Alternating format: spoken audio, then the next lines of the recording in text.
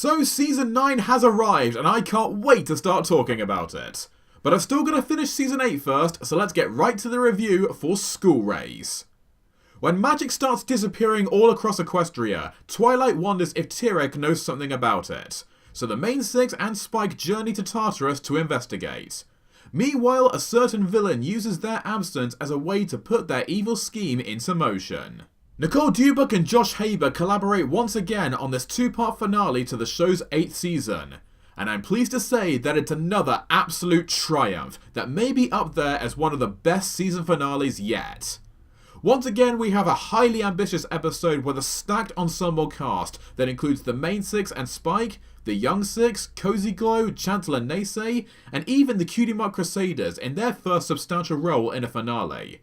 Everyone is portrayed and utilised very well, but of particular note is Sandbar's role in the first part. Throughout this season, he has often struggled to make an impact among the group, but here he finally sees and takes his chance to feel important and heroic, as he feigns a betrayal to his friends in order to get help after they are taken prisoner by Naysay.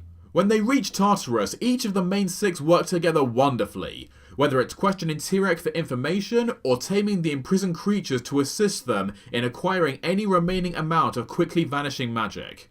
Speaking of the big baddie from Season 4, it is terrific to see Tyrek again, especially in a role that commendably isn't a retread of Twilight's Kingdom.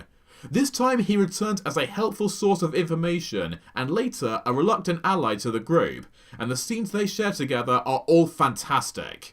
As Twilight questions Tyrek, there's a strong and effective Hannibal Lecter Clarice Starling-like vibe between them, while in the second part, Pinky puts her speciality to hilarious use as a way of persuading Tyrek to supply them with much needed magic. Although the episode initially leads you to think it's Naysay, it turns out that Cozy Glow is the real villain of the story. And as she progresses with her plan to take over Equestria, she proves to be a great adversary. Intelligent, deceptive, and manipulative, with no reservations about betraying everyone she feels she has to cling on to power. All this magic needs time to drain from Equestria before my vortex sucks it to another realm. 3 days can sure seem like forever, huh? You know, you ponies got it all wrong. Friendship isn't magic. Friendship is power. With Twilight and her lackeys out of my way, all of Equestria will bow to me, the future Empress of Friendship!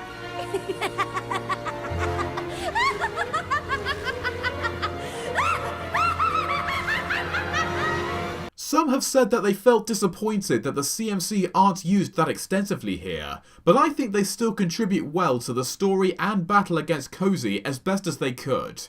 I think they knew they were outmatched when their first attempt to rescue Starlight nearly resulted in them losing Sweetie Belle, so getting locked in a closet by Cozy was intentional, as part of a plan to distract her long enough for the young six to sneak past and save the day. Prior to this, the students rescue Naysay after Cozy betrays him, allowing him to rush to get help from Celestia. This may be another case of an antagonist receiving a last-minute reformation, but it actually works. Naysay always argued that Twilight School would result in someone using the power of friendship as a weapon to endanger Equestria, and although his fears were vindicated, he was also proven wrong to assume that they would come from a non-pony creature, which plays into the lesson he learns and apology he makes at the end of the episode. His reformation may be rushed, but it still feels earned. Meanwhile, the epic final act is outstandingly executed as it brings all the young six together and shows how everything they've learned about friendship has made such an impact that it can aid them in saving Equestria.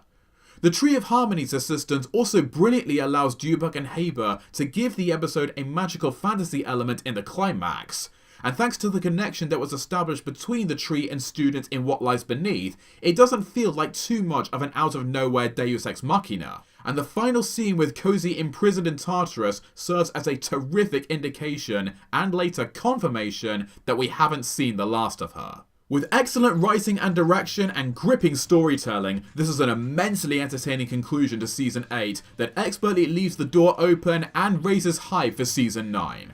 As such, School Raze absolutely gets the special Golden Star score of 10.